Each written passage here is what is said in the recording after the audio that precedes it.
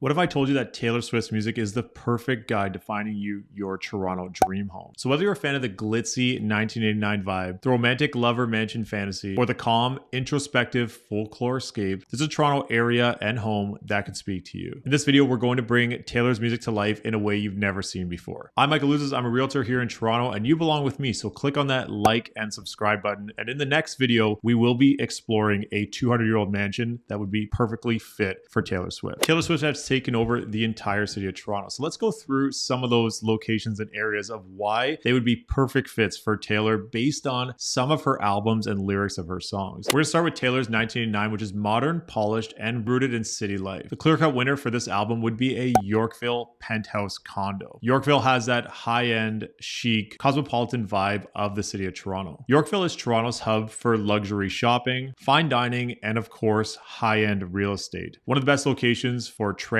but also the convenience of walkability and plenty of high-end restaurants here in the city of Toronto. Typical property features that we do see in Yorkville are ultra-modern design, wide open properties, floor-to-ceiling windows, those terraces, and of course, amenities. And when we talk about amenities in Yorkville, you can expect to have 24-hour concierge, valet, 24-hour home security, and private pools. And if we're tying in a Taylor song, style would be the one that resonates the most with Yorkville, because it talks about that sleek and urban lifestyle. Number 2 on the list would be Forest Hill. And typically in Forest Hill, you have beautiful mansions that sprawl across a lot of land for the city of Toronto. If we tie in to Folklore and Evermore, let's think cozy and introspective. Both those albums relate to storytelling and nostalgia, and Forest Hill is known for its tree-lined streets and those historic mansions. There's lots of privacy and charm when driving in that area, and you do see a ton of beautiful architecture for the homes. One thing you'll notice when driving through Forest Hill is there are not a lot of homes that look exactly alike. Typically, each home is pretty unique in the fit and finish, different colors. And inside the properties, you will see things like crown moldings, tall baseboards, and even office and studio spaces.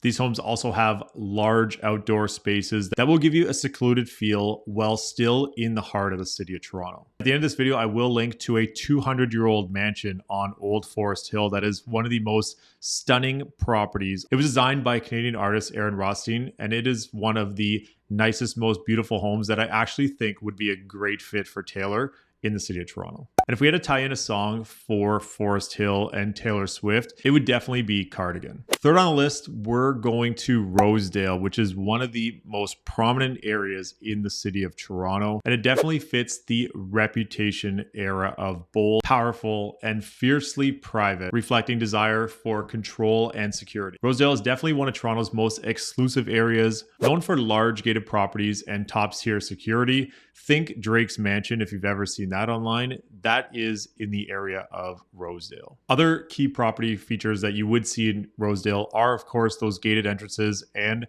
long pathways to the homes. The homes have ultra dramatic architectural features, and think bold exteriors with moody interiors. In these homes, you'll find so much space for things like hosting events, large wine cellars, basketball courts, and even ballrooms. If we're tying into Taylor's song specifically, Call It What You Want would definitely capture the defiance and exclusivity that match a Rosedale estate. Next up on the list, let's think downtown loft. Artistic, edgy, fitting midnights, and artistic lofts here in the city of Toronto are ultra unique. They hold their value extremely well, and they always have this really cool vibe. All the buildings are a little bit different. Definitely one of the most desired property types when thinking about condos in the downtown core. It fits the area because Midnights is introspective and creative, perfect for that moody and artistic space like a loft would offer. The two neighborhoods that really speak to amazing lofts are King West and the Distillery District. Both areas are known for their creativity and artistic charm. King West is tied so closely to Queen West, which both have that artistic and creative feel. When we think about lofts, we think about exposed brick walls, high ceilings, beams, and large industrial windows. Typically, they also have unique lighting features, and some of the lofts in the city have private rooftop terraces or balconies with amazing city views. A Taylor tie-in for a song would be Midnight Rain, which has that artistic vibe and energy. Number 5 on the list, emotional and expansive, fitting the era red, and that would be a lakefront property.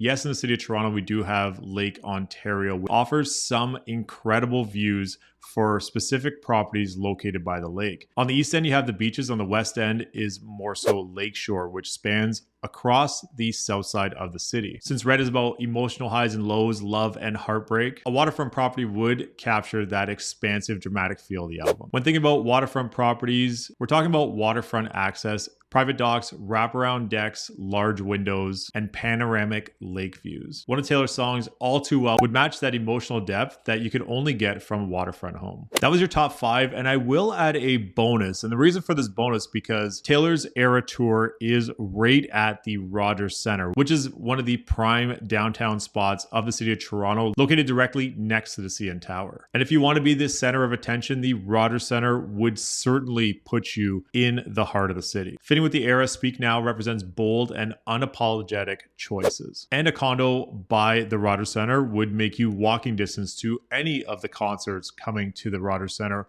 all year. And from a sporting perspective, Toronto Maple Leafs, Toronto Raptors, Toronto Blue Jays all play within about a kilometer, or if you're American, less than a mile distance from the Rogers Centre. It's also steps to the entertainment district, which is buzzing with nightlife and plenty of cultural landmarks. Some of the cool features about living right beside the Rogers Centre, if you have a floor high enough, you will be able to see inside the Rogers Centre when the dome is open, especially in the summertime when the baseball games are going on.